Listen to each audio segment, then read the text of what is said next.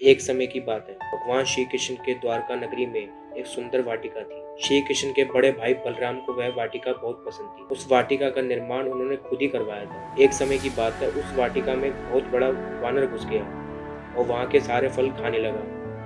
वह वानर वृद्ध था, परंतु साथ ही बड़ा विराट भी था। वाटिका के द्वारपाल उस वानर को देखकर भयभीत हो गए और वहाँ से भाग गए।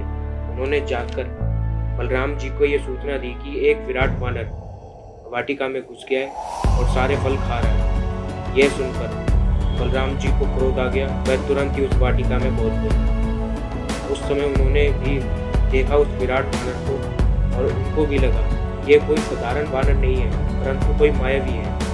दरअसल वह वानर और कोई नहीं, स्वयं राम हनुमान जी थे, जो श्री कृष्ण के कहने पर उस स्थान पर आए थे। बलराम जी ने उस वानर से उसका परिचय पूछा, परंतु हनुमान जी ने बलराम जी को कोई उत्तर नहीं दिया। उस समय श्री कृष्ण की माया के कारण बलराम जी भी हनुमान जी को पहचान नहीं पाए और क्रोधित हो गए।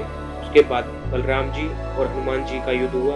उस समय बलराम जी ने बार बार हनुमान जी पर प्रहार किया, परंतु हनुमान जी ने उनका हर बार विफल कर दिया।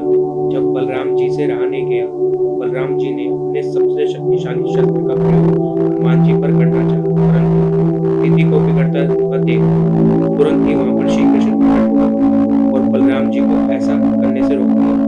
भगवान श्री कृष्ण ने जब बताया कि यह वानर और कोई नहीं, स्वयं हनुमान जी है, तो बलराम जी को भी अपना पूर्व जन्म याद आया और ये भी याद आया कि हनुमान जी ने उस समय उनकी सहायता की थी।